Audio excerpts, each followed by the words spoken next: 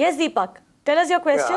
I got one ancestral home in house property in Solapur, and my wife has a flat in Solapur. I want to sell both the properties in Solapur and then purchase the new properties in Pune. I want to shift to Pune. So my ancestral properties valuation would be around 1 crore, and my wife's flat's valuation would be around 25 lakhs.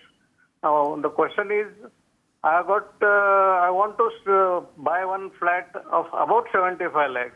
So balance 25 lakhs would be remaining in my hand.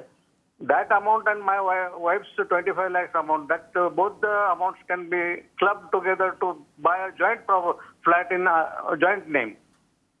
That is my question. Okay, Deepak, essentially, this is what you're saying. You have an ancestral property worth 1 crore. Your wife holds a flat worth around 25 lakh rupees.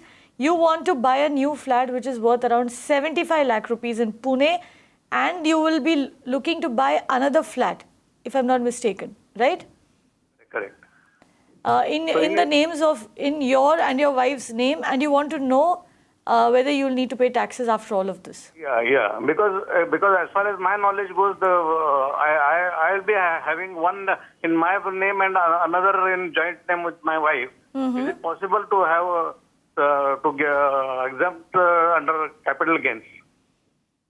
Samir, that's a very complicated investment plan. What would you say? No, it's not so complicated. While it sounds so complicated, but at least he's so lucky he has an ancestral property, which is fetching such a huge value. But I think for Deepak, it is essential that so long as he sells an existing house and buys another house, which I am assuming he's going to buy one house in his own name, he will get offset against capital gains tax to the extent he invests in the new house, and that will not be, to that extent, it will not be taxable.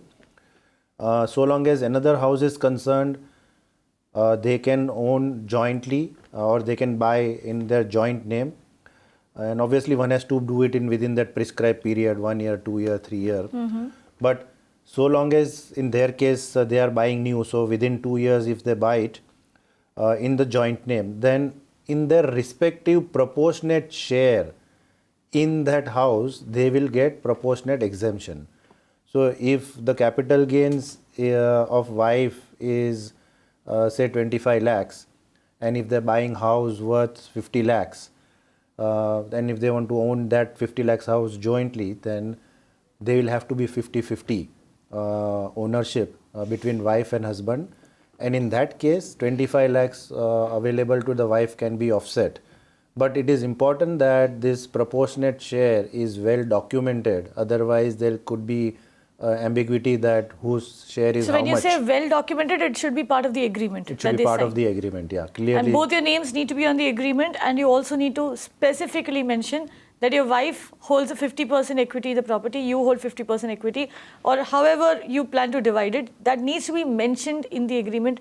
Only then can you actually claim deduction on those capital gains. And they need to specify for that percentage what is the amount invested. So 25 plus 25, whatever. So it should be amply clear.